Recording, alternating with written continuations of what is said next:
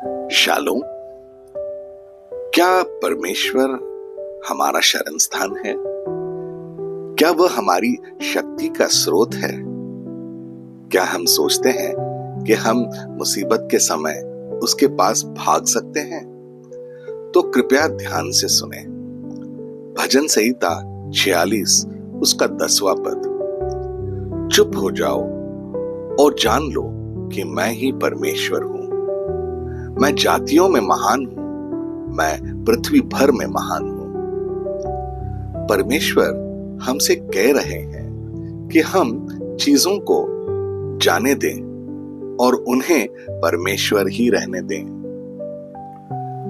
हम में से अधिकांश लोगों के लिए यह कठिन होगा, क्योंकि हम इस विचार के इतने आदी हो चुके हैं कि कोई बात जब तक हम इसे नहीं कर लेते तब तक यह पूर्ण नहीं होता।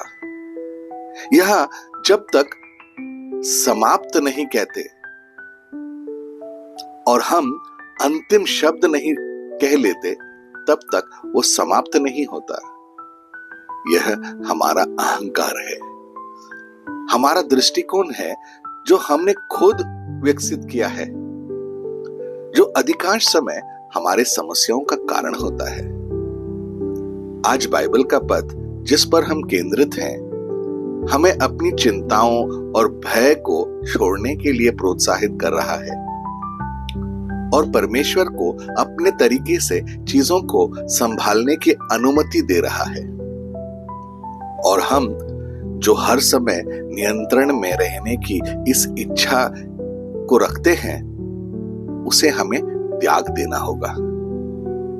जब परमेश्वर कहते हैं कि शांत रहो और जाने कि मैं परमेश्वर हूं, तो वह चाहता है कि हम जानें, समझें और स्वीकार करें कि वह परम अधिकारी है और पूर्ण नियंत्रण में है। हमारा परमेश्वर सर्वशक्तिमान, सर्वव्यापी और स्वर्गीय परमेश्वर है। दुनिया का आकर्षण बहुत मजबूत होता है। क्या हम इसके आगे झुक जाएंगे? यह सवाल इसीलिए उठता है क्योंकि ऐसा लिखा है। आइए देखें यशायाह नबी के किताब में उसका 30वां अध्याय उसका 15वां पद। प्रभु यहोवा इज़राइल का पवित्र यो कहता है, लौट आने में और शांत रहने में तुम्हारा उद्धार है।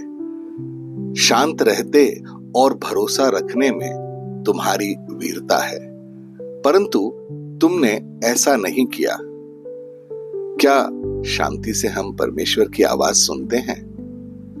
भजनकार भजन संहिता 62 के 1 में कहता है, सचमुच मैं चुपचाप होकर परमेश्वर की ओर मन लगाए हूं।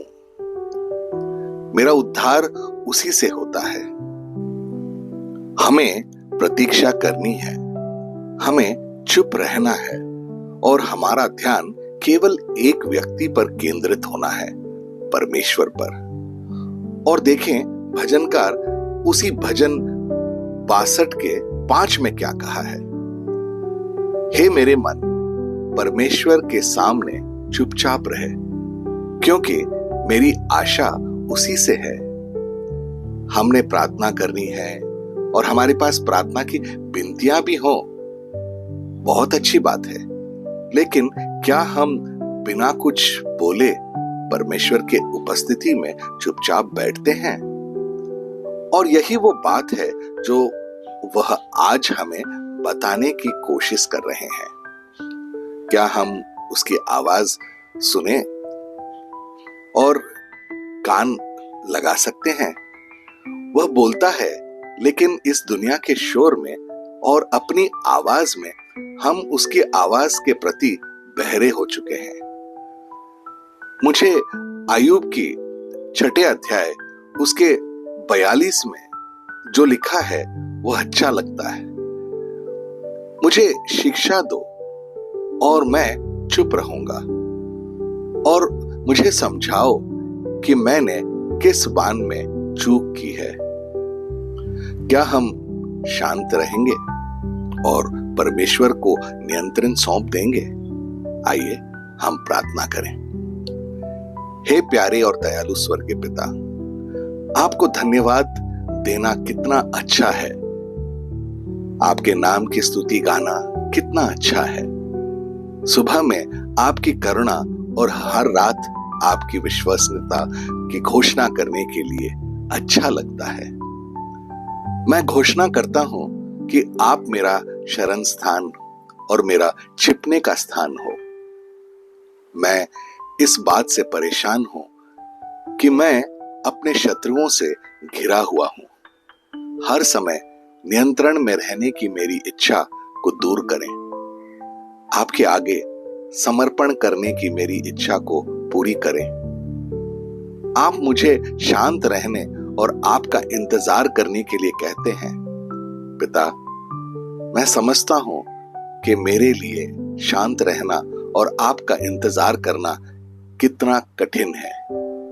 वास्तव में समय निकालकर आपकी उपस्थिति में बैठना कितना मुश्किल है। हे प्रभु, मेरी सहायता कर।